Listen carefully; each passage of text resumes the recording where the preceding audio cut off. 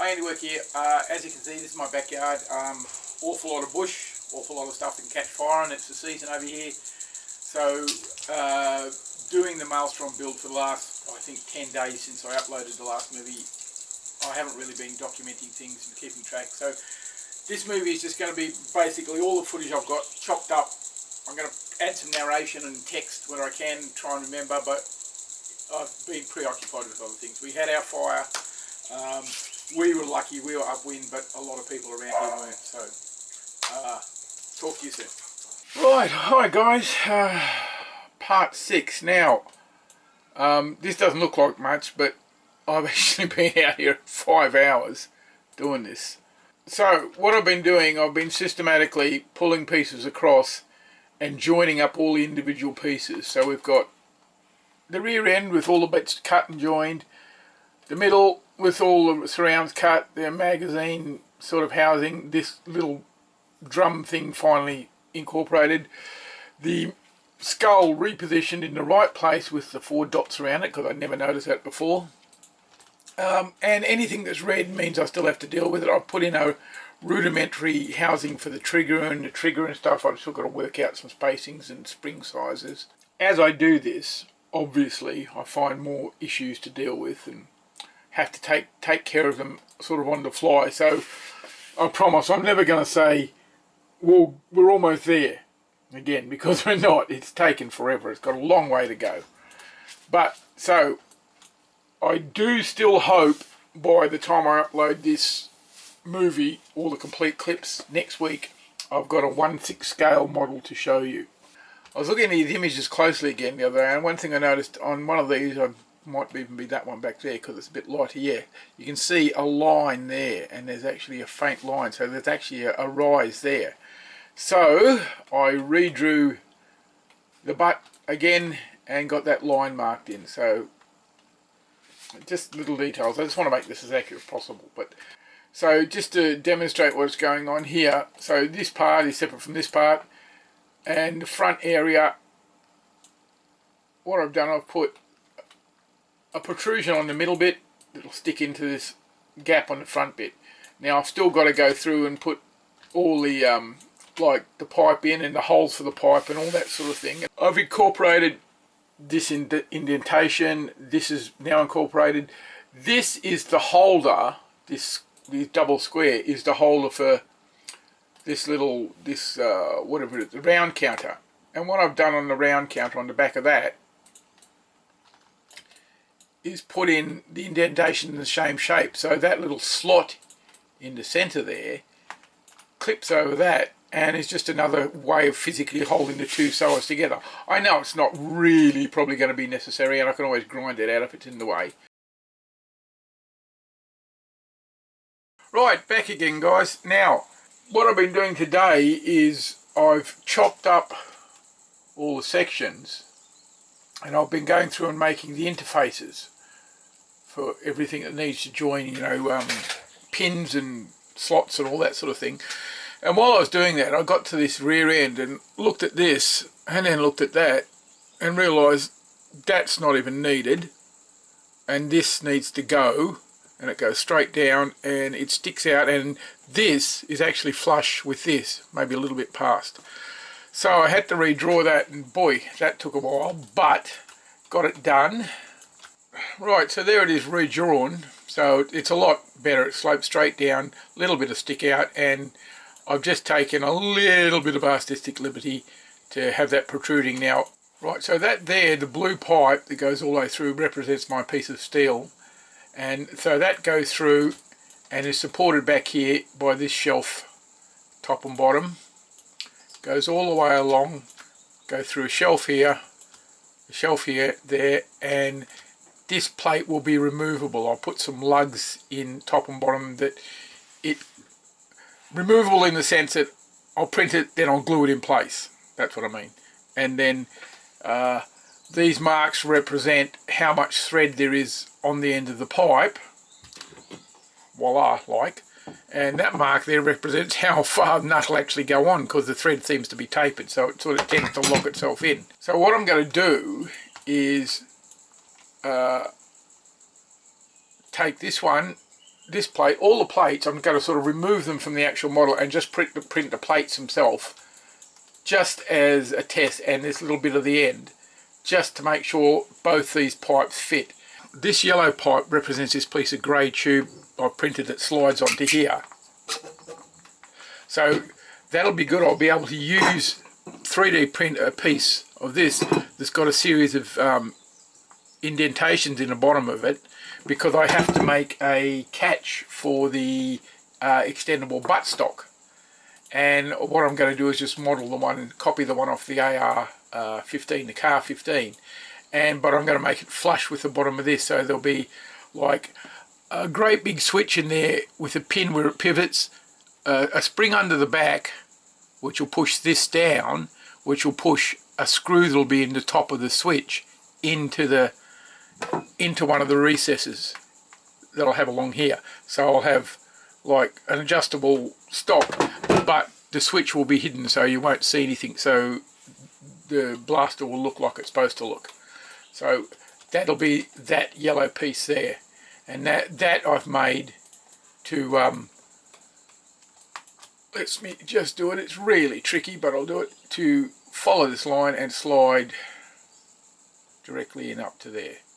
So that'll be glued in there, the metal will be put through, and then with a series of holes on the bottom of this, the buttstock will be able to be adjustable forward and back. Hi guys, okay, what you're looking at here are the internal interfaces for the different sections of the Malstrom. So this is where the buttstock plugs in. This is the outer tube here, this is the inner steel tube, this is the butt plate, the front of the butt plate, and this is the back of the center section where the bolt is. So these pegs go into these holes. This is the front of the center section where the bolt is. I just realised I've forgotten to put the holes for those supports in this part, so I'm going to have to work out that too, but I've got this far, I'm not going to stop now. So anyway, so that's the front of the bolt plate, that's the front of the actual center section where the bolt is, that slots into this, and that's the removable plate that goes up to the end that holds the actual end of the what do you call it, the steel pipe in, and it's got a big strengthened area where the nut will screw down on to. So I've already made them into an STL, I've got them on my file, I'm going to take them in, slice them on Bandu and put them on to print. Back in a while. Here is our completed print. I'll probably even put in a little clip of the time lapse. So there we go. So first one, this is the one I'm interested in.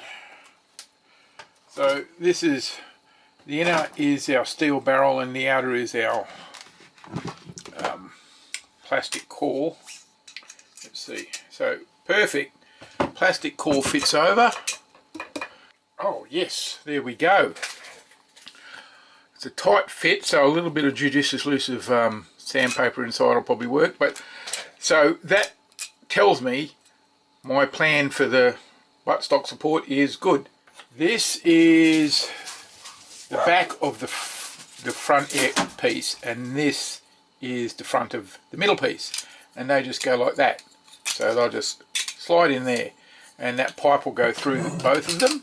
Yes, yes, yes, yay, yay, yay. I printed the individual interfaces out of each piece where they join together, and worked out they all join, the holes are good size, everything's fine.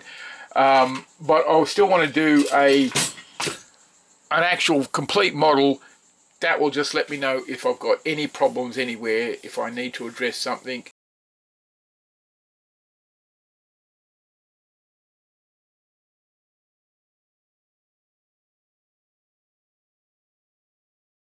Now here's my disaster. This is the 1/6 scale.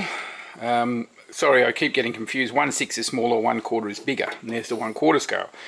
The 1/6 scale, getting it out, and it's just so thin, bits shattered and broke. That's the bolt, which probably a bit too small scale, and the support material, I did it wrong. I just had a single layer instead of complete support material. That is actually the round counter that goes on the side in full size. It looks like this. So that's got to have some work done to it too. So anyway, so the 1/6 scale was a bit of a waste, but the 1/4, 1/4 turned out rather well. Even the magazine. Now I'm still working on a magazine catch, but that's the next project. But anyway, as you can see, so the little dowel in there is the central metal spine, which is this pipe. And the stock doesn't move back and forth. I had to glue that on, but there's a space for the catch anyway. And a few things have been left off, but I've moulded on the switch there now. And the little side switch I'm still mulling over what to do with, but that's basically it. That's what it looks like. And there is a scope for this scale somewhere. I don't know where it's got to, but yeah, anyway, so that's that. Now, that's the 1/6 and 1/4 now, and since then I've actually printed full size. So there's your buttstock, there's the tube, the metal tube, so that'll go down. That will only go down to about there, because you still have to allow the stock to move back and forward. So that's the stock there. So here's the rear body, which goes through like that. And the stock fits on there like that, and actually fits in there like so. So, and there's the holes for the pin which line up underneath. So that's the rear sort of section done. Also, I've done the bolt, and that slides on over this body, goes back to here, and so when I'm assembling I'll put a spring in between here, and that goes back and actually goes inside when you cock it with the handle, which goes in that hole, and it normally sits about there. So that's that part done. I've done a few other things. The round counter, which fits on the other side. As you can see, I've got one hole there, and in this forward part there's the bigger hole, so that just, if you look at it from above, you might be able to see how well it fits. It just goes straight in there like that.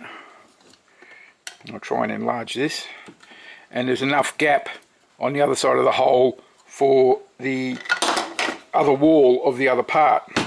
And here is the muzzle. Now I took some time with this because one, I was having trouble getting it sorted. There's all these errors in it, but I figured it's a weapon that may be used in space, so I'll put an airlock in the muzzle.